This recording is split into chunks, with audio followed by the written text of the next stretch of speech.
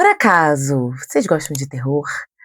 Eu tenho aqui Drácula, do Bram Stoker, e Assassinatos na Rua Morgue, do Edgar Allan Poe. Dois grandes nomes e grandes livros de terror. Mas hoje iremos falar sobre contos de terror. Então fica no vídeo de hoje que você vai saber tudo sobre esse gênero. E se você já gosta, deixa aqui para mim o seu livro favorito ou o seu conto favorito, tá bom? Então vamos lá para o meu computador. Então, vamos falar na aula de hoje sobre esse gênero muito conhecido, principalmente nos cinemas. Já conta aqui pra mim se você adora filme de terror ou não, se você não gosta. E vamos ver as características desse gênero textual, tá? Olha, no conto de terror, ele caracteriza-se pela presença de elementos sobrenaturais, fatos sombrios, aterrorizantes, mostrando-se inexplicáveis pela ótica da lógica, tá? Então, algo que não é possível que aconteça. São histórias que despertam a curiosidade e o medo do leitor. Então, diferentemente dos filmes, aqui nos livros, nos contos, nós não temos o recurso da música, da sonoplastia. Então, nós temos que usar e abusar da descrição, dos adjetivos, tá? Que são muito importantes para a gente conseguir entrar nessa história e visualizar tudo que está acontecendo e dar aquele medinho, tá? Como eu mostrei no início do vídeo, eu tenho aqui em casa o livro Drácula e eu já li. E quando eu li, eu senti muito medo. Eu estava realmente muito submersa na leitura. Que quando meu marido me chamou, ele falou assim, Renata, eu falei assim, meu Deus, eu levei um susto. Eu falei, calma, me chama devagar, porque eu tô lendo Drácula, então assim, eu tô tensa aqui com a história e realmente é uma história que mexeu tanto comigo que eu comecei a ler no Kindle, gostei tanto da história que comprei aquele livro físico que eu mostrei aqui na introdução para vocês, tá? Então vamos continuar. O suspense é um ingrediente importante, resultado da costura de ações das personagens e da caracterização do espaço. Como eu disse, né? Aqui a gente vai usar e abusar das descrições. E nós temos contos dirigidos a leitores das mais diversas idades.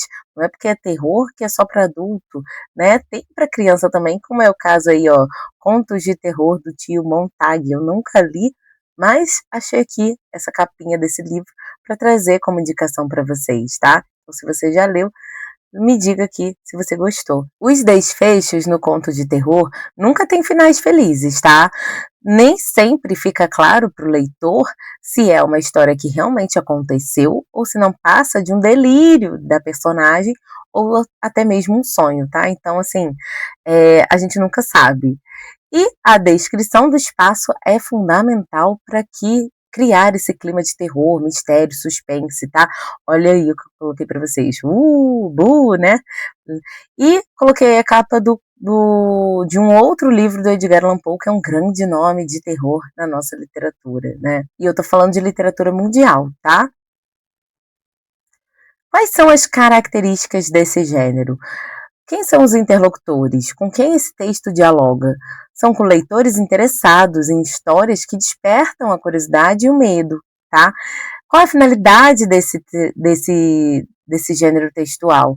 É entreter, divertir, mas ao mesmo tempo pode levar o leitor a refletir sobre essa angústia da morte, do desconhecido que causam aí no ser humano.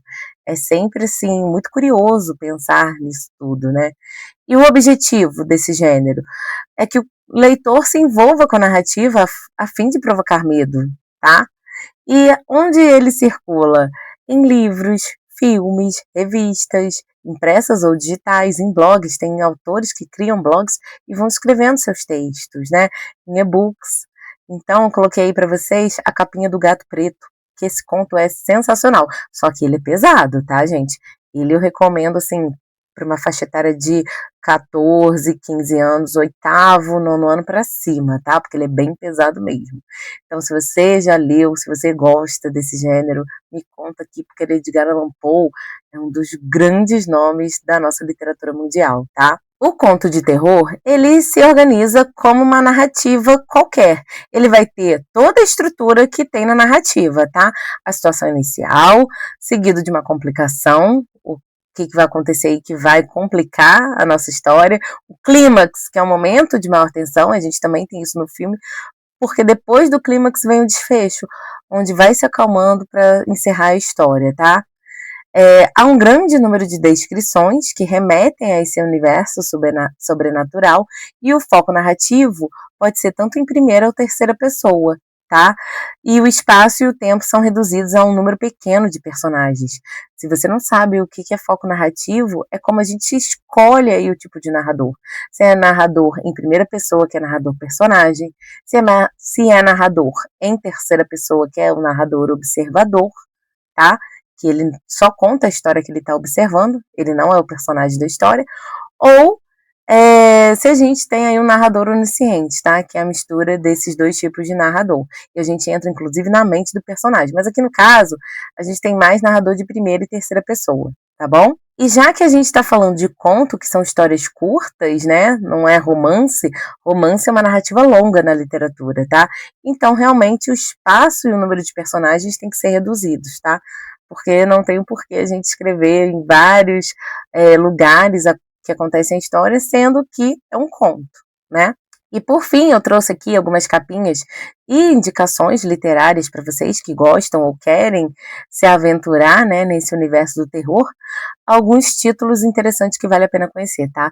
O primeiro é o Vilarejo, do Rafael Monte, que é um grande nome aí no suspense, terror. Ele tem outros livros também, então vale a pena pesquisar sobre ele. Drácula, do Bram Stoker, que é um clássico, né? Tem filmes, várias adaptações cinematográficas, mas vale a pena também conferir. Aqui ele já não é um conto, é um romance, é uma narrativa longa, no formato epistolar. O que é epistolar? Em formato de diário, cartas, aqui no caso é diário, tá?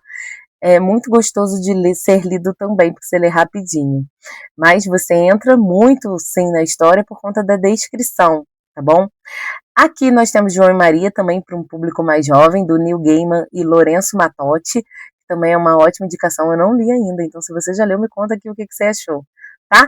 E o famoso Stephen King, que é bem conhecido também no universo dos cinemas, né? Com It, a Coisa, O Iluminado. Eu nunca li nada do Stephen King, porque ele é conhecido também por escrever calhamaços, que são livros enormes, tá? Então eu ainda não me aventurei por conta disso.